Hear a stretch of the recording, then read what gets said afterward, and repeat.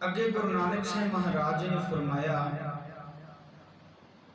तिन घर ब्राह्मण पूरे नाद उन्हां पियावे कोई साध। उन्होंने फिर कोई स्वाद आउण लग गया, रिश्वत लेना पराया हक खाना।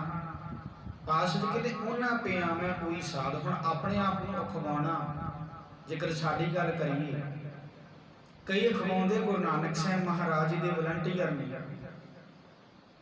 पर गुरु नानक साहब महाराज तो भाई लालो जी के घर भी गए तो कई बाबे उन्होंने घर जाते हैं जिन्हों के घर चंगी सोफी बैड लगी नहीं हुई, अखवाउंदे वो भी गुरु नानक साहब महाराज जी के वलंटियर ने अपने आप। गुरु नानक साहब महाराज ने आख्या, छुरी वगायन तिन गल ताग, तिन घर ब्राह्मण पूरे नाद, उन्हां पियावे कोई साध। कूड़ी रास कूड़ा व्यापार, रास भी कूड़ी व्यापार भी कूड़ा। जिस रास के नाल व्यापार करना सी वो झूठ दी है, तो झूठ का ही व्यापार किया जा रहा है। कूड़ी रास कूड़ा व्यापार, कूड़ बोल करें आहार, झूठ बोल के आहार किया जा रहा है। जिन्हों ने सच लोगों के सामने बयान करना सी, बामण भी अपना फर्ज भुल गया, कादी भी भुल गया, जोगी भी भुल गया। इन्हों ने मनुखता को कुराह ही पा दिता। तो भाई गुरदास जी ने बड़िया सोहनिया उदाहरणा अपनी रचना के दित्तियां कवित दे विच, कि माँ का फर्ज होंदा है अपने बच्चों की राखी करनी। जेकर माँ बच्चे को जहर देना शुरू कर देवे तो बच्चे का राखा कोई नहीं, बचा कोई नहीं सकता।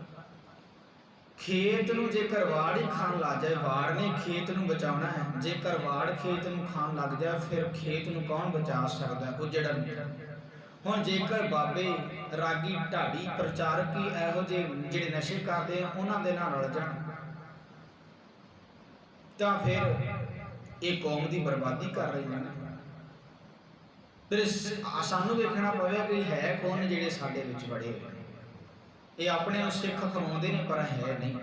हुण गुरु नानक साहब महाराज जी कहते, कूड़ बोल करें आहार, कादी कूड़ बोल मल खाए, बामन नावे जियां खाए। शर्म धर्म का डेरा दूर, धर्म भाव अपना फर्ज निभाना, शर्म धर्म का डेरा दूर। गुरु नानक साहब महाराज जी कहते शर्म ते धर्म कहते दा डेरा किते दूर ही है। हुण जिस तन दे विच जिस जीवन के शर्म ते धर्म निकल जाए वो इंसान नहीं रहिंदा। फिर गुरु अर्जन साहब महाराज जी कहते हैं, करतूत पशु की मानस जात, लोग बचारा कदे दिन रात। फिर की होंदा है, बाहर पेख अंतर मल माया, शख्स नाही खच करे छपाया। तो गुरु नानक साहब महाराज जी कहते बाहर ज्ञान ध्यान इशनान। पातशाह जी कहते छोड़ीले पाखंडा, कहते पखंड छड़ दे। बाहर ज्ञान ध्यान इशनान, अंतर व्याप लोभ सुवान, अंतर अगन बाहर तन सुआ, गल पाथर कैसे तरह अथा। हुण इत्थे पातशाह जी कहते शर्म धर्म का डेरा दूर, नानक कूड़ रहिया भरपूर। झूठ ही हरेक थां ते भरपूर होया पे, झूठ का ही पसारिया हरेक थां ते, झूठ बोल के आहार किया जा रहा। शर्म धर्म जीवन दे विच तन दे विच रह नहीं गई, इंसान ही रह गया। ये भी इन्होंने भी दूजिया का हक खाना शुरू कर दिता। गलों के जनेऊ भी पाए ने, साड़ी गल कर ली गातरे भी पाए ने, खंडे की पौल भी ली हुई, पर रिश्वत ठगियां लै रहे हैं। इतने फिर गुरु नानक साहब महाराज ने साड़ी भी गल की, धज्जियां उड़ा दी गुरु नानक साहब महाराज ने विप्रवादी। गुरु नानक साहब महाराज ने अगे फरमाया, शर्म धर्म का डेरा दूर, नानक कूड़ रहिया भरपूर। मत्थे टिक्का तेड़ धोती कखाई, हाथ छुरी जगत का साई। मत्थे ते टिक्का भी है, तेड़ धोती खाई, माला भी फड़ी है, ते गेरू रंग की धोती भी बनी। अपने आप को विखाउंदा है कि मैं बड़ा धर्मी हाँ, मेरे वर्गा कोई धर्मी नहीं। अपने आप को इस तरह पेश किया जा रहा है। मत्थे टिक्का तेड़ धोती खाई, ते अगे पातशाह जी कहते हाथ छुरी जगत का साई, ते छुरी छड्डी नहीं। हुण कई इहो जिहे बंदे भी हैगे ना समाज दे विच, एक बने नशा वेची जांदे ने ते दूजे बने हस्पतालों दे विच जाके कहंदे ने कि असीं 4 मरीज़ां दी दवाई दा प्रबंध कर दिता। हुण जिहड़े धाड़े नशा वेचण दे नाल 100 ਮਾਵਾਂ ਦੇ ਪੁੱਤਰਾਂ ਦੀ ਮੌਤ ਹੋਈ ਹੈ। ਤੁਸੀਂ ਚਾਹ ਦੀ ਸੇਵਾ ਕਰ ਲਈ, ਬਾਕੀ 96 ਦਾ ਜਿਹੜਾ ਜ਼ੁਲਮ ਹੈ, ਜਿਹੜਾ ਤੁਸੀਂ ਨਸ਼ੇ ਵੇਚ ਕੇ ਉਹਨਾਂ ਮਾਵਾਂ ਦੇ ਪੁੱਤ ਖਤਮ ਕਰ ਦਿੱਤੇ ਨੇ, ਉਹ ਤਾਂ ਤੁਹਾਡੇ ਸਿਰ ਤੇ ਉਹ ਕਿਵੇਂ ਖਤਮ ਹੋ ਗਿਆ? ਇਸੇ ਤਰ੍ਹਾਂ ਅੱਜ ਪਖੰਡ ਕੀਤਾ ਜਾ ਰਿਹਾ ਹੈ। ਦੂਜਿਆਂ ਦਾ ਹੱਕ ਖਾ ਕੇ, ਪਰਾਇਆ ਧਨ ਖਾ ਕੇ ਕਹਿੰਦੇ ਕਿ ਮੈਂ ਗੁਰਦੁਆਰੇ ਆ ਸੇਵਾ ਕਰ ਦਿੱਤੀ। ਕੀ ਫਾਇਦਾ? ਗੁਰੂ ਨਾਨਕ ਸਿੰਘ ਮਹਾਰਾਜ ਜੀ ਕਹਿੰਦੇ ਹੱਥ ਛੁਰੀ ਜਗਤ ਕਸਾਈ। ਕਹਿੰਦੇ ਹੱਥ ਛੁਰੀ ਫੜੀ ਹੋਈ ਹੈ ਤੇ ਜਗਤ ਕਸਾਈ। ਕਸਾਈ ਕਿਹਨੂੰ ਕਹਿੰਦੇ ਨੇ? ਜਿਹੜਾ ਬੱਕਰੇ ਵੱਢਦਾ। ਤੇ ਹੁਣ ਉਹ ਕਸਾਈ ਦਾ ਪਤਾ ਲੱਗ ਜਾਂਦਾ ਕਿ ਬੰਦਾ ਕਸਾਈ ਹੈ। ਤੇ ਬੰਦੇ ਕਸਾਈ ਨੇ ਕਿੰਨਿਆਂ ਦੇ ਘਰ ਬਰਬਾਦ ਕੀਤੇ ਨੇ, ਕਿੰਨਾ ਉਜਾੜਾ ਪਾਇਆ ਹੋਇਆ ਸਮਾਜ ਦੇ ਵਿੱਚ। ਜਿਹੜਾ ਬੱਕਰੇ ਵੱਢਦਾ ਦਾ ਪਤਾ ਲੱਗ ਜਾਂਦਾ, ਦੁਕਾਨ ਦੇ ਬਾਹਰ ਟੰਗੇ ਹੁੰਦੇ ਨੇ, ਸਿਰੀਆਂ ਟੰਗੀਆਂ ਹੁੰਦੇ ਨੇ ਕਿ ਬੰਦਾ ਕਸਾਈ ਹੈ। ਹੁਣ ਗੁਰੂ ਨਾਨਕ ਸਾਹਿਬ ਮਹਾਰਾਜ ਜੀ ਕਿਤੇ ਬੰਦਾ ਕਸਾਈ ਬਣ ਕੇ ਬੈਠਾ ਹੈ। ਹੱਥ ਛੁਰੀ ਜਗਤ ਕਸਾਈ। ਗੁਰੂ ਨਾਨਕ ਸਾਹਿਬ ਮਹਾਰਾਜ ਜੀ ਕਹਿੰਦੇ ਧੋਤੀ ਬੰਨਣ ਵਾਲਿਆ। ਹੁਣ ਕਿਸੇ ਬੰਦੇ ਨੂੰ ਸਿੱਧਾ ਕਹਿ ਦੇ ਤੂੰ ਕਸਾਈ, ਤੇਰਾ ਗੱਲ ਨੂੰ ਪੈਂਦਾ। ਕਿਸੇ ਬੰਦੇ ਨੂੰ ਕਹਿ ਦਈਏ, ਧੋਤੀ ਵਾਲੇ ਨੂੰ ਕਹੀਏ ਕਿ ਧੋਤੀ ਵੀ ਬੰਨੀ ਹੈ, ਤੂੰ ਟਿੱਕਾ ਵੀ ਲਾਇਆ, ਤੂੰ ਹੱਥ ਮਾਲਾ ਹੀ ਫੜਿਆ ਹੈ, ਤੂੰ ਕਸਾਈ। ਸਾਡੀ ਗੱਲ ਕਰ ਲਈ ਇੱਥੇ ਗੁਰੂ ਨਾਨਕ ਸਾਹਿਬ ਮਹਾਰਾਜ ਨੇ ਸਾਡੀ ਵੀ ਗੱਲ ਕੀਤੀ ਹੈ ਨਾ। ਜੇਕਰ ਅਸੀਂ ਖੰਡੇ ਦੀ ਪਹੁ ਲੈ ਕੇ ਆਪਣੇ ਆਪ ਨੂੰ ਸਿੱਖ ਖਵਾਉਂਦੇ ਹਾਂ ਤੇ ਸ਼ਰਮ ਧਰਮ ਜੀਵਨ ਦੇ ਵਿੱਚ ਨਹੀਂ। ਗੁਰੂ ਨਾਨਕ ਸਾਹਿਬ ਮਹਾਰਾਜ ਜੀ ਕਿਤੇ ਸਿਰ ਤੇ ਪੱਗ ਬੰਨਣ ਵਾਲਿਆ, ਗਲ 'ਚ ਗਾਤਰਾ ਪਾਉਣ ਵਾਲਿਆ, ਸਿਰ ਤੇ ਕੰਘਾ ਲਾਉਣ ਵਾਲਾ, ਤੂੰ ਹੈ ਕਸਾਈ ਹੈ। ਹੁਣ ਦੇਖੋ ਕਈ ਸਮਾਜ ਦੇ ਵਿੱਚ ਇਹੋ ਜਿਹੇ ਮਨੁੱਖ ਵੀ ਨੇ ਜਿਨ੍ਹਾਂ ਨੇ ਚਾਹੇ ਦਸਤਾਰ ਸਿਰ ਤੇ ਨਹੀਂ ਬੰਨੀ, ਖੰਡੇ ਦੀ ਪਹੁ ਨਹੀਂ, ਪਰ ਗੁਣ ਉਹਨਾਂ ਜੀਵਨ ਦੇ ਵਿੱਚ ਬਹੁਤ ਨੇ। ਅਸੀਂ ਇਹੋ ਜਿਹੇ ਬੰਦੇ ਨੇ ਆਪਣੇ ਆਪ ਤੋਂ ਦੂਰ ਕੀਤਾ। ਸਾਡੇ ਵਰਗੇ ਪਤਾ ਕੀ ਕਹਿੰਦੇ ਨੇ ਕਿ ਦੂਰ ਰਹੋ ਸਾਡੇ ਤੋਂ, ਤੁਸੀਂ ਕੇਸ ਨਹੀਂ ਰੱਖੇ, ਤੁਸੀਂ ਖੰਡੇ ਦੀ ਪਹੁ ਨਹੀਂ ਲਈ। ਉਹਨੂੰ ਜਾ ਕੇ ਪਿਆਰ ਦੇ ਨਾਲ ਸਮਝਾਵੋ। ਇਹ ਨਾ ਕਹੋ ਕਿ ਫਲਾਣੇ ਬੰਦੇ ਨੇ ਪੱਗ ਬੰਨ੍ਹ ਕੇ ਖੰਡੇ ਦੀ ਪਹੁ ਲੈ ਕੇ ਮਾੜਾ ਕੰਮ ਕੀਤਾ। ਤੁਸੀਂ ਉਹਨੂੰ ਕਹੋ ਕਿ ਉਹਦੀ ਤੁਸੀਂ ਗੱਲ ਛੱਡੋ, ਤੇਰੇ ਅੰਦਰ ਸਾਰੇ ਗੁਣ ਹੈਗੇ ਨੇ, ਤੂੰ ਦਸਤਾਰ ਵੀ ਬੰਨ ਸੋਹਣੀ ਲੱਗੇਗੀ, ਤੂੰ ਖੰਡੇ ਦੀ ਪਹੁ ਵੀ ਲੈ, ਤੇਰੇ ਅੰਦਰ ਗੁਣ ਹੈਗੇ, ਤੇਰੇ ਅੰਦਰ ਕੁਆਲਿਟੀ ਹੈ, ਤੂੰ ਵੀ ਕੌਮ ਦਾ ਇੱਕ ਭਾਗੀ ਬਣ ਸਕਦਾ। ਨਹੀਂ, ਅਸੀਂ ਕਹਿੰਦੇ ਹਾਂ ਕਿ ਦੂਰ ਹੋ ਜਾਓ, ਸਾਡੇ ਤੁਹਾਡੀ ਰਹਿਣੀ ਬਹਿਣੀ ਨਹੀਂ ਹੈਗੀ ਸਾਡੇ ਵਰਗੀ। ਤੇ ਕਈ ਖੰਡੇ ਦੀ ਪਹੁ ਲੈ ਕੇ ਗਲਤ ਕੰਮ ਕੀਤੀ ਜਾਂ। ਹੁਣ ਮੇਰੇ ਕਹਿਣ ਤੋਂ ਮਤਲਬ ਇਹ ਨਹੀਂ ਕਿ ਖੰਡੇ ਦੀ ਪਹੁ ਲੈਣੀ ਨਹੀਂ ਚਾਹੀਦੀ, ਲੈਣੀ ਚਾਹੀਦੀ ਹੈ, ਪਰ ਕਈਆਂ ਬੰਦਿਆਂ ਨੇ ਜੇ ਦਸਤਾਰ ਨਹੀਂ ਬੰਨੀ, ਖੰਡੇ ਦੀ ਪਹੁ ਨਹੀਂ ਲਈ, ਪਰ ਗੁਣ ਹੈਗੇ ਜੀਵਨ ਦੇ ਵਿੱਚ, ਉਹਨਾਂ ਨੂੰ ਆਪਣੇ ਆਪ ਤੋਂ ਦੂਰ ਨਾ ਕਰੋ, ਧੱਕੋ ਨਾ ਉਹਨਾਂ ਨੂੰ ਪਿਛਾਂ।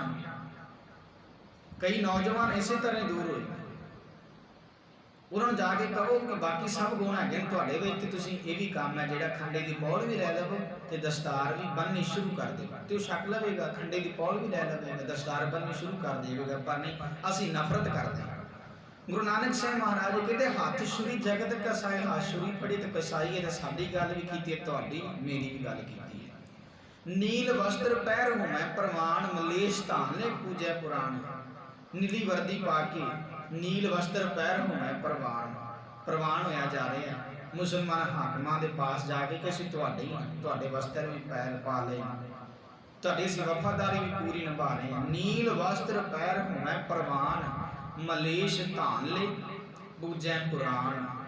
ਮਲੇਸ਼ ਧਾਨ ਲੈ, ਹੁਣ ਜਿਨ੍ਹਾਂ ਦੇ ਪਾਸ ਡਿਊਟੀ ਕਰਦੇ ਸੀ ਮੁਸਲਮਾਨ ਹਾਕਮਾਂ ਦੇ ਪਾਸ, ਮਲੇਸ਼ ਧਾਨ ਲੈ, ਉਹ ਵੀ ਠੱਗੀਆਂ ਕਰਦੇ ਸੀ। ਕਿਹੜੇ ਜੇ ਨਮਾਜ਼ਾਂ ਪੜ੍ਹਦੇ ਸੀ, ਮਾਨਸ ਖਾਣੇ ਕਰਨ ਬਾਅਦ ਮੈਲੀ ਇੱਛਾ ਦੇ ਨਾਲ ਕਮਾਇਆ ਹੋਇਆ ਧਨ ਮਲੇਸ਼ ਧਾਨ ਲੈ ਪੂਜੈ ਪੁਰਾਣ। ਤੇ ਦੂਜੇ ਬੰਨੇ ਪੁਰਾਣਾਂ ਵੀ ਪੜ੍ਹੀਆਂ ਜਾ ਰਹੀਆਂ ਨੇ। ਮਲੇਸ਼ ਧਾਨ ਲੈ ਪੂਜੈ ਪੁਰਾਣ, ਪੁਰਾਣ ਦੀ ਪੂਜਾ ਵੀ ਹੋ ਰਹੀ, ਮੈਂ ਪੁਰਾਣ ਦੀ ਪੂਜਾ ਕਰਦਾ। ਤੇ ਸਾਡੇ ਵੀ ਕੀ ਇਹੋ ਜਿਹੇ ਨੇ, ਦੂਜਿਆਂ ਦਾ ਹੱਕ ਵੀ ਖਾਧੇ ਜਾਂਦੇ ਨੇ। ਮੈਂ ਪਾਠ ਕਰਦਾ ਜੀ, ਮੈਂ ਸਹਿਜ ਪਾਠ ਕਰਦਾ, ਮੈਂ ਇੰਨੀ ਵਾਰੀ ਨਿਤਨੇਮ ਕਰਨਾ, ਮੈਂ ਸ਼ਾਮ ਨੂੰ ਗੁਰਦੁਆਰੇ ਵੀ ਜਾਣਾ। ਗੁਰੂ ਨਾਨਕ ਸਾਹਿਬ ਮਹਾਰਾਜ ਜੀ ਕਹਿੰਦੇ ਮੈਲੀ ਇੱਛਾ ਦੇ ਨਾਲ ਧਨ ਤਾਂ ਖਾਧੀ ਜਾ ਰਹੇ ਹੱਥ ਪੜਿਆ।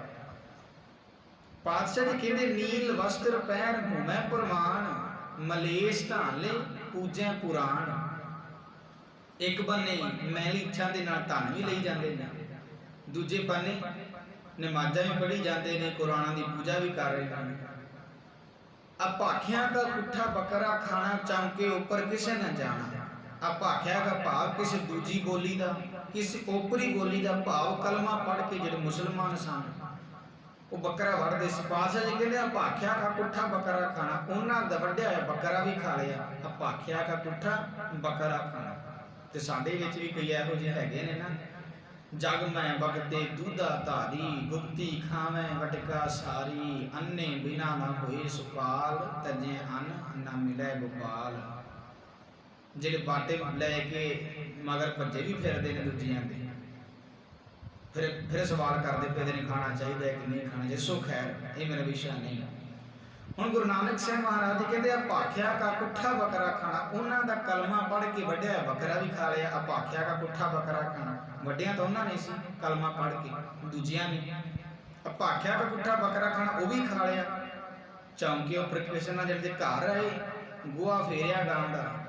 ਚੌਂਕੇ ਉੱਪਰ ਕਿਸੇ ਨਾਲ ਜਾਣਾ, ਕਹਿੰਦੇ ਮੇਰੇ ਚੌਂਕੇ ਦਾ ਨਾ ਕੋਈ ਚੜ੍ਹ ਜਾਵੇ ਆ ਕੇ, ਮੇਰਾ ਚੌਂਕਾ ਪਿੱਟਿਆ ਜਾਣਾ, ਮੇਰਾ ਚੌਂਕਾ ਪਿੱਟਿਆ ਜਾਵੇਗਾ ਜੇਕਰ ਤੁਸੀਂ ਮੇਰੇ ਚੌਂਕੇ ਤੇ ਚੜ੍ਹ ਗਏ।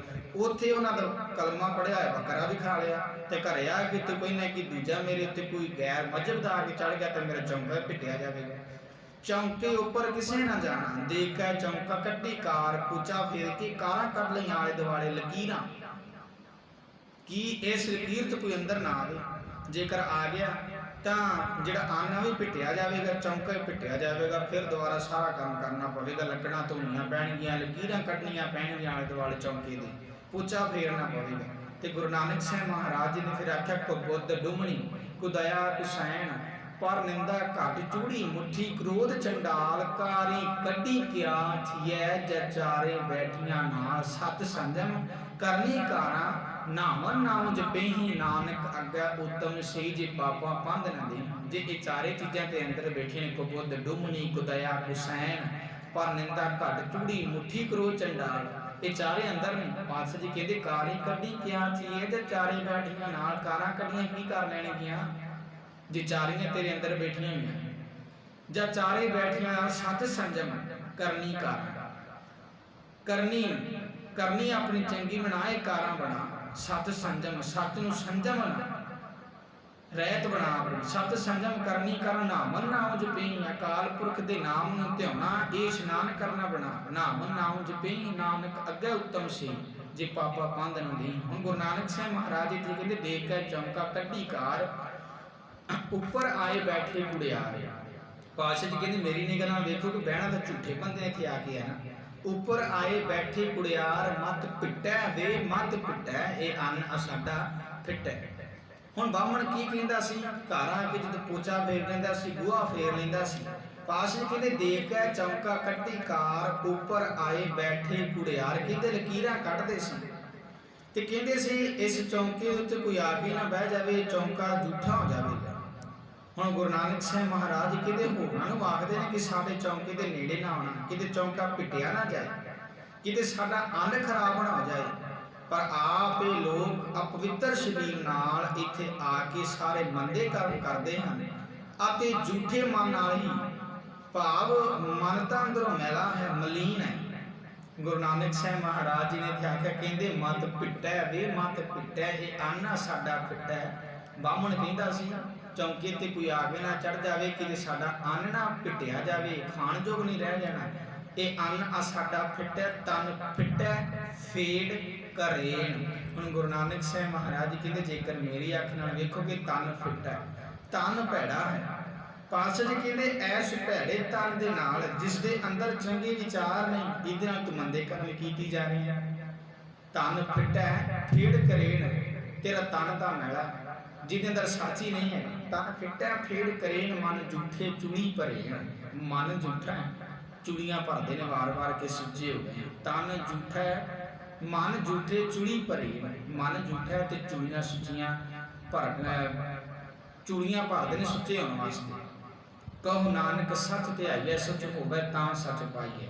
ਹੁਣ ਗੱਲ ਵਿਗੜੀ ਕਿੱਥੋਂ ਸਾਰੀ, ਕਿਉਂਕਿ ਪੌੜੀ ਦੇ ਵਿੱਚ ਅਸੀਂ ਸਮਝ ਕੇ ਆਏ ਹਾਂ ਕਿ ਗੁਰੂ ਨਾਨਕ ਸਾਹਿਬ ਮਹਾਰਾਜ ਨੇ ਆਖਿਆ ਕਿ ਨਦਰ ਪੱਠੀ ਜੇ ਕਰੇ ਸੁਲਤਾਨਾ ਘਾਹ ਕਰਾਇੰਦਾ, ਦਰ ਮੰਗਣ ਭਿਖ ਨਾ ਪਾਇੰਦਾ। ਜਦੋਂ ਮਨ ਨੇ ਆਪਣੀ ਨਜ਼ਰ ਉਲਟੀ ਕਰ ਲਈ ਤੇ ਆਪਣੀ ਫੌਜ ਨੂੰ ਕੱਖੋਂ ਹੌਲੀ ਕਰ ਲਿਆ। ਜਦੋਂ ਨਜ਼ਰ ਉਲਟੀ ਹੋਈ ਤਾਂ ਕੀ ਹੋਇਆ, ਮਾਨ ਸਖਾਣੇ ਕਰਿਆ ਨਿਵਾਜ, ਛੁਰੀ ਵਗਾਇਨ ਤਿੰਨ ਗਲਤਾਗ। ਜਦੋਂ ਨਜ਼ਰ ਉਲਟੀ ਹੋਈ ਤਾਂ ਹੱਕ ਦੂਜਿਆਂ ਦਾ ਖਾਣਾ ਸ਼ੁਰੂ ਕਰ ਦਿੱਤਾ। ਤਿੰਨ ਮਾਂਜਾਂ ਵੀ ਪੜ ਰਿਹਾ, ਛੁਰੀ ਵਗਾਇਨ ਤਿੰਨ ਗਲਤਾਗ। ਨਜ਼ਰ ਪੁੱਠੀ ਹੋਈ, ਗਲ 'ਚ ਜਨੇਊ ਵੀ ਪਾਇਆ, ਸਾਡੀ ਗੱਲ ਕਰੀਏ ਗਾਤਰਾ ਵੀ ਪਾਇਆ, ਤੇ ਛੁਰੀ ਵੀ ਛੱਡੀ ਨਹੀਂ। ਤਿਨ ਘਰ ਬ੍ਰਹਮਣ ਪੂਰੇ ਨਾਦ, ਉਹਨਾਂ ਪਿਆ ਮੈਂ ਉਹੀ ਸਾਧ। ਨਦਰ ਉਪੱਠੀ ਹੋਈ ਨਦਰ ਉਲਟੀ ਹੋਈ। ਗੁਰੂ ਨਾਨਕ ਸਾਹਿਬ ਮਹਾਰਾਜ ਕਹਿੰਦੇ ਉਹਨਾਂ ਦੇ ਨਾਲ ਆ ਕੇ ਰਾਜਾ ਤੂੰ ਵੀ। ਬਾਹਮਣ ਸੀ ਜਿਹੜਾ, ਉਹ ਆ ਕੇ ਸ਼ੰਖ ਪੂਰਦਾ ਸੀ, ਤੂੰ ਵੀ ਜਾ ਕੇ ਅਰਦਾਸਾਂ ਕਰ ਰਿਹਾ। ਗਲ 'ਚ ਹਜ਼ੂਰੀਆਂ ਪਾ ਕੇ ਅਰਦਾਸਾਂ ਨਹੀਂ ਕੀਤੀਆਂ ਜਾਂਦੀਆਂ। ਨਾਨਕ ਭੂਸਰੀਆਂ ਪਕਾਈਆਂ ਪਾਈਆਂ ਥਾਲੇ ਮਾਹੀ, ਜਿਨੀ ਗੁਰੂ ਮਨਾਇਆ ਰੱਜ ਰੱਜ ਸੇ ਖਾਹੀ। ਆਪ ਜੀ ਦੇ ਸੇਵਕਾਂ ਨੇ ਪ੍ਰਸ਼ਾਦਾ ਖਵਾਇਆ, ਸੇਵਾ ਕੀਤੀ ਹੈ, ਚੜ੍ਹਦੀ ਕਲਾ ਬਖਸ਼ਿਆ। ਜੀ ਕਿੱਥੋਂ ਆਇਆ ਪਤਾ ਨਹੀਂ, ਭਾਵੇਂ ਉਹਨਾਂ ਨੇ ਹੱਥ ਕਿਸ ਦਾ ਖਾਧਾ ਹੋਇਆ ਨਾ ਸਭ ਕੁਝ। ਕਿਉਂ ਹੋਇਆ? ਕਿਉਂਕਿ ਗੁਰੂ ਨਾਨਕ ਸਾਹਿਬ ਮਹਾਰਾਜ ਜੀ ਨੇ ਆਖਿਆ ਪੌੜੀ ਦੀ ਨਦਰ ਉਪੱਠੀ 'ਚ ਇੱਕ ਸੁਲਤਾਨਾ ਘਾਹ ਕਰਾਏਂਦਾ। ਨਦਰ ਉਪੱਠੀ ਹੋਈ ਉਹਨਾਂ ਪਿਆ ਮੈਂ ਉਹੀ ਸਾਧ। ਨਦਰ ਉਪੱਠੀ ਹੋਈ ਕੂੜੀ ਰਾਸ ਕੂੜਾ ਵਪਾਰ, ਕੂੜ ਬੋਲ ਕਰੈ ਹਾਰ। ਜਦੋਂ ਨਦਰ ਉਪੱਠੀ ਹੋਈ ਤਾਂ ਗੁਰੂ ਨਾਨਕ ਸਾਹਿਬ ਮਹਾਰਾਜ ਕਹਿੰਦੇ ਸ਼ਰਮ ਧਰਮ ਕਾ ਡੇਰਾ ਦੂਰ, ਨਾਨਕ ਕੂੜ ਰਹਿਆ ਭਰਪੂਰ। ਮੱਥੇ ਟਿੱਕਾ ਤੇੜ ਧੋਤੀ ਕਖਾਈ, ਹੱਥ ਛੁਰੀ ਜਗਤ ਕਾ ਸਾਈ। ਨੀਂਦ ਵਸਤਰ ਪਹਿਰ ਹੋਇ ਪ੍ਰਮਾਣ, ਮਲੇਸ਼ ਧਾਨ ਲੈ ਪੂਜੈ ਪੁਰਾਣ। ਅਭਾਖਿਆ ਕਪੂਠਾ ਬੱਕਰਾ ਖਾਣਾ, ਚੌਂਕੇ ਉੱਪਰ ਕਿਸੇ ਨਾ ਜਾ ਜਾਣਾ। ਦੇ ਕੇ ਚੌਂਕਾ ਕੱਢੀ ਕਾਰ, ਉੱਪਰ ਆਏ ਬੈਠੀ ਗੁੜਿਆਰ। ਮਤ ਪਿੱਟੈ ਵੇ ਮਤ ਪਿੱਟੈ, ਇਹ ਅੰਨ ਸਾਡਾ ਫਿੱਟੈ ਤਨ ਫਿੱਟੈ ਫੇੜ ਕਰੇਣ। ਮਨ ਝੂਠੇ ਚੁੜੀ ਭਰੇਣ, ਕਿਉਂਕਿ ਵਿਗੜਿਆ ਕੰਮ ਹੈ ਮਨ ਤੋਂ। ਮਨ ਹੀ ਕਹਿੰਦਾ ਨਾ ਰਿਸ਼ਵਤ ਲੈ ਲੈ। ਮਨ ਹੀ ਕਹਿੰਦਾ ਸੀ ਵਫਾਦਾਰੀ ਆਪਣੀ ਪੂਰੀ ਵਿਖਾ। ਮੁਸਲਮਾਨ ਹਾਕਮਾਂ ਨੂੰ ਗਾਂ ਤੇ ਵੀ ਟੈਕਸ ਲਾ ਦੇ, ਇੱਥੇ ਬਾਹਮਣ ਤੇ ਵੀ ਲਾ ਦੇ। ਘਰ ਆ ਕੇ ਕੋਈ ਨਹੀਂ ਪੂਜਾ ਕਰਾ ਲਾਂਗੇ, ਜਾ ਕੇ ਮਨਾ ਲਾਂਗੇ ਪੈਸੇ ਦੇ ਕੇ। ਪਾਤਸ਼ਾਹ ਜੀ ਕਹਿੰਦੇ ਚਿੱਤੇ ਅੰਦਰ ਸਭ ਕੋ ਵੇਖ ਨਦਰੀ ਹੇਠ ਚਲਾਈਂਦਾ। ਆਪੇ ਦੇ ਵੜੇ ਆਪੇ ਵੜਿਆਈ ਦਿੰਦਾ, ਆਪੇ ਕਰਮ ਕਰਾਈਂਦਾ। ਵੱਡੋ ਵੱਡਾ ਵੱਡ ਮੇਦਨੀ, ਸਿਰੇ ਸਿਰ ਧੰਦਾ ਲਾਇਂਦਾ। ਨਦਰ ਉਪੱਠੀ ਜੇ ਕਰੇ ਸੁਲਤਾਨਾ ਘਾਹ ਕਰਾਇਂਦਾ। ਦਰ ਮੰਗਣ ਭੇਖਣਾ ਕਾਇਂਦਾ। ਨਦਰ ਉਪੱਠੀ ਹੋਈ ਤਾਂ ਇਹ ਧਰਮ ਦੇ ਨਾਂ ਤੇ ਕਰਮ ਕਾਂਡ ਹੋ ਰਹੇ ਨੇ, ਜਿਨ੍ਹਾਂ ਨੇ ਅਸਲ ਦੇ ਵਿੱਚ ਇਹਨਾਂ ਨੂੰ ਕੱਢਣਾ ਸੀ ਵਹਿਮਾਂ ਭਰਮਾਂ ਦੇ ਵਿੱਚੋਂ। ਨਾਲ ਆਪ ਹੀ ਜਾ ਕੇ ਰਲ ਗਏ। ਬਾਹਮਣ ਨੇ, ਖੱਤਰੀ ਬਾਹਮਣ ਨੂੰ ਗੁਰੂ ਮੰਨਦਾ ਸੀ। ਬਾਹਮਣ ਦੱਸਦਾ ਕਿ ਕੰਮ ਮਾੜੇ ਨੇ, ਪਰ ਬਾਹਮਣ ਜਾ ਕੇ ਆਪ ਹੀ ਨਾਲ ਰਲ ਗਏ। ਤੇ ਇੱਥੇ ਸਾਡੇ ਗ੍ਰੰਥੀਆਂ ਦੀ ਗੱਲ ਕਾਢੀਏ ਪ੍ਰਚਾਰਕਾਂ ਦੀ। ਗੁਰਦੁਆਰੇ ਕੰਮ ਹੈ ਗੁਰਬਾਣੀ ਦੇ ਸੱਚ ਦਾ ਉਪਦੇਸ਼ ਸੰਗਤਾਂ ਤੱਕ ਪਹੁੰਚਾਉਣਾ, ਪਰ ਪੈਸੇ ਵੇਖ ਕੇ ਜ਼ਮੀਰਾਂ ਮਰ ਜਾਂਦੀਆਂ ਨੇ। ਜਿਵੇਂ ਦੀ ਜਿੱਥੇ ਲੋੜ ਪੈ ਜਾਏ ਗੁਰਬਾਣੀ ਦੀ ਉਸ ਹਿਸਾਬ ਦੇ ਨਾਲ ਵਿਆਖਿਆ ਕੀਤੀ ਜਾ ਰਹੀ ਹੈ। ਬਾਹਮਣ ਵਾਲਾ ਹਾਲਾਤ ਸਾਡੇ ਵੀ ਬਣੇ, ਕਿਉਂਕਿ ਨਦਰ ਉਪੱਠੀ ਜੇ ਕਰੇ ਸੁਲਤਾਨਾ ਘਾਹ ਕਰਾਇਂਦਾ। ਦਰ ਮੰਗਣ ਭੇਖ ਨਾ ਪਾਈਂਦਾ। ਗੁਰੂ ਨਾਨਕ ਸਾਹਿਬ ਮਹਾਰਾਜ ਨੇ ਇਸ ਪੌੜੀ ਦੇ ਵਿੱਚ ਤੇ ਇਹਨਾਂ ਦੋਵਾਂ ਸ਼ਲੋਕਾਂ ਦੇ ਵਿੱਚ ਬੜਾ ਸੁੰਦਰ ਇੱਕ ਚਿੱਤਰ ਖਿੱਚ ਕੇ ਸਾਡੇ ਸਾਹਮਣੇ ਪੇਸ਼ ਕੀਤਾ ਹੈ। ਖੱਤਰੀ ਨੂੰ ਸੰਬੋਧਨ ਹੋ ਕੇ ਸਮਝਾਇਆ ਹੈ। ਤੇ ਫਿਰ ਇਹ ਗੱਲ ਸਾਂਝੀ ਕਰਦੇ ਹਾਂ, ਬਾਣੀ ਕਿਸੇ ਜਾਤ ਪਾਤ ਨੂੰ ਨਹੀਂ ਮੰਨਦੀ। ਗੁਰਬਾਣੀ ਦਾ ਵਾਕ ਏਕ ਪਿਤਾ ਏਕਸ ਕੀ ਹਮ ਬਾਰਿਕ ਤੂੰ ਮੇਰਾ ਗੁਰ ਹਾਈ। ਪਰ ਉਸ ਵੇਲੇ ਬਿੱਪਰ ਨੇ ਮਨੁੱਖਤਾ ਨੂੰ 4 ਹਿੱਸਿਆਂ ਦੇ ਵਿੱਚ ਵੰਡਿਆ ਹੋਇਆ ਸੀ, ਤੇ ਗੁਰੂ ਨਾਨਕ ਸਾਹਿਬ ਮਹਾਰਾਜ ਜੀ ਨੇ ਉਸ ਵੇਲੇ ਦੀ ਉਦਾਹਰਨ ਵਰਤੀ ਹੈ ਕਿ ਉਦੋਂ ਖੱਤਰੀ ਕੀ ਕਰਦਾ ਸੀ ਤੇ ਬਾਹਮਣ ਕੀ ਕਰਦਾ ਸੀ। ਤੇ ਖੱਤਰੀ ਉਸ ਵੇਲੇ ਮੁਸਲਮਾਨ ਹਾਕਮਾਂ ਦੇ ਪਾਸ ਮੁਲਾਜ਼ਮ ਸਨ ਤੇ ਆਪਣੀ ਵਫਾਦਾਰੀ ਵਿਖਾਉਣ ਵਾਸਤੇ ਗਾਂ ਤੇ ਵੀ ਟੈਕਸ ਲਾਉਂਦੇ ਸੀ ਤੇ ਬਾਹਮਣ ਬਿੱਪਰ ਤੇ ਵੀ ਲਾਈ ਜਾਂਦੇ ਸੀ। ਤੇ ਦੂਜੇ ਬੰਨੇ ਇਸ ਨੂੰ ਗਾਂ ਨੂੰ ਮਾਂ ਤੇ ਬਾਹਮਣ ਨੂੰ ਆਪਣਾ ਗੁਰੂ ਮੰਨਦੇ ਸੀ। ਗੁਰੂ ਨਾਨਕ ਸਾਹਿਬ ਮਹਾਰਾਜ ਜੀ ਨੇ ਪਾਵਨ ਸ਼ਲੋਕਾਂ ਦੇ ਵਿੱਚ ਸਮਝਾਇਆ ਕਿ ਡਬਲ ਗੇਮ ਨਾ ਖੇਡੋ। ਡਬਲ ਗੇਮ ਖੇਡੀ ਜਾ ਰਹੀ ਹੈ। ਛੋਡੀ ਲੈ ਪਖੰਡਾ ਨਾਮ ਲੈ ਜਾਹੀ ਤਰੰਦਾ। ਪਖੰਡ ਛੱਡ ਦੇ, ਨਾਮ ਲਵੇਂਗਾ ਤੇ ਤਰ ਜਾਵੇਂਗਾ। ਤੇ ਇਸ ਪਾਵਨ ਸ਼ਲੋਕ ਦੇ ਵਿੱਚ ਆਖਿਆ ਕਹੋ ਨਾਨਕ ਸੱਚ ਧਿਆਈਐ ਸੁਚ ਹੋਵੇ ਤਾਂ ਸੱਚ ਪਾਈਏ। ਹੈ ਨਾਨਕ ਆਖ ਪ੍ਰਭੂ ਨੂੰ ਧਿਆਉਣਾ ਚਾਹੀਦਾ ਹੈ ਤਾਂ ਹੀ ਸੁੱਚ ਪਵਿੱਤਰਤਾ ਹੋ ਸਕਦੀ ਹੈ। ਜੇ ਸੱਚਾ ਪ੍ਰਭੂ ਮਿਲ ਜਾਏ ਪਵਿੱਤਰਤਾ ਉਦੋਂ ਹੋਣੀ ਹੈ ਜਦੋਂ ਅਕਾਲ ਪੁਰਖ ਦੀ ਪ੍ਰਾਪਤੀ ਹੋ ਗਈ। ਸਾਡੇ ਸੁਰ ਦਾ ਮਿਲਾਪ ਸ਼ਬਦ ਗੁਰੂ ਦੇ ਨਾਲ ਹੋ ਗਿਆ। ਜਦੋਂ ਗੁਰਬਾਣੀ ਸਾਡੇ ਜੀਵਨ ਦਾ ਆਧਾਰ ਬਣ ਗਈ। ਮਨ ਸੱਚਾ ਉਦੋਂ ਹੋਣਾ, ਨਹੀਂ ਤਾਂ ਮਨ ਮੈਲਾ, ਸਭ ਕੁਝ ਮੈਲਾ। ਤਨ ਧੋਤਾ ਮਨ ਹੱਛਾ ਨਾ ਹੋਏ। ਧਰਮ ਦੇ ਨਾਂ ਤੇ ਕਰਮ ਕਾਂਡ ਕਰਨੇ ਛੱਡੀਏ, ਸੱਚ ਨੂੰ ਆਪਣੇ ਜੀਵਨ ਦਾ ਆਧਾਰ ਬਣਾਈਏ, ਤਾਂ ਹੀ ਸਾਡੇ ਜੀਵਨ ਦੇ ਅੰਦਰ ਕ੍ਰਾਂਤੀ ਆ ਸਕਦੀ। ਇਹਨਾਂ ਵਹਿਮਾਂ ਭਰਮਾਂ ਕਰਮ ਕਾਂਡਾਂ ਤੋਂ ਉੱਪਰ ਉੱਠ ਕੇ ਇੱਕ ਅਕਾਲ ਪੁਰਖ ਦੇ ਨਾਲ ਜੁੜੀਏ ਤੇ ਗੁਰਬਾਣੀ ਤੋਂ ਜੀਵਨ ਜਾਂ ਸਿੱਖੀਏ ਕਿਉਂ ਸਚਿਆਰਾ ਹੋਈਏ। ਗੁਰਬਾਣੀ ਸਾਨੂੰ ਸਚਿਆਰੇ ਬਣਨਾ ਸਿਖਾਉਂਦੀ ਹੈ। ਗੁਰਬਾਣੀ ਨੂੰ ਆਪ ਪੜ੍ਹੀਏ, ਵਿਚਾਰੀਏ, ਘਰਾਂ ਦੇ ਵਿੱਚ ਸਹਿਜ ਪਾਠ ਕਰੀਏ ਤੇ ਉਪਦੇਸ਼ ਗੁਰੂ ਦੇ ਅਸੂਲਾਂ ਨੂੰ ਘਰਾਂ ਦੇ ਵਿੱਚ ਲਾਗੂ ਕਰਕੇ ਆਪਣੇ ਘਰਾਂ ਨੂੰ ਸਵਰਗ ਬਣਾਈਏ। ਸੋ ਇਹ ਉਪਦੇਸ਼ 16 ਨੰਬਰ ਪੌੜੀ ਦੇ ਵਿੱਚ ਤੇ ਇਹਨਾਂ ਦੋਵਾਂ ਪਾਵਨ ਸ਼ਲੋਕਾਂ ਦੇ ਵਿੱਚ ਸਾਨੂੰ ਗੁਰੂ ਨਾਨਕ ਸਾਹਿਬ ਮਹਾਰਾਜ ਦਿੱਤਾ ਹੈ। ਸ਼ਲੋਕਾਂ ਦੀ ਵਿਚਾਰ ਨੂੰ ਤੇ ਪੌੜੀ ਦੀ ਵਿਚਾਰ ਨੂੰ ਅਜੋਕੇ ਸਮੇਂ ਦੇ ਉੱਤੇ ਟਿਕਾ ਕੇ ਅਸੀਂ ਵੇਖਣਾ ਹੈ ਕਿ ਅੱਜ ਹਾਲਾਤ ਵਿਪਰਤ ਤੋਂ ਜ਼ਿਆਦਾ ਲੰਘ ਚੁੱਕੇ ਨੇ। ਜਿੱਧਰ ਨੂੰ ਜੀ ਕਰਦਾ ਲੋਕ ਟੁਰੇ ਜਾਂਦੇ ਨੇ, ਪੈਸਿਆਂ ਦੇ ਪਿੱਛੇ ਭਾਵੇਂ ਜਿਹੜੇ ਮਰਜ਼ੀ ਖੂਹ ਦੇ ਵਿੱਚ ਸੁੱਟਦੇ ਹੋ, ਉੱਥੇ ਲੋਕ ਡਿੱਗਣ ਨੂੰ ਤਿਆਰ ਹੋਏ ਪਏ ਨੇ। ਸੋ ਲੋੜ ਹੈ ਇਹਨਾਂ ਵਹਿਮਾਂ ਭਰਮਾਂ ਦੇ ਵਿੱਚ ਸਾਨੂੰ ਨਿਕਲਣ ਦੀ ਲੋੜ ਹੈ, ਤੇ ਤਾਂ ਹੀ ਨਿਕਲ ਸਕਦੇ ਹਾਂ ਜਦੋਂ ਆਪ ਗੁਰਬਾਣੀ ਪੜਾਂਗੇ, ਵਿਚਾਰਾਂਗੇ ਤੇ ਜੀਵਨ ਦੇ ਵਿੱਚ ਕਮਾਵਾਂਗੇ। ਸੋ ਉਪਦੇਸ਼ ਧੰਨ ਸ਼੍ਰੀ ਗੁਰੂ ਨਾਨਕ ਸਾਹਿਬ ਮਹਾਰਾਜ ਜੀ ਨੇ ਇਸ ਪਾਵਨ ਸ਼ਲੋਕ ਦੇ ਰਾਹੀਂ ਸਾਨੂੰ ਦੇਣਾ ਕੀਤਾ ਹੈ।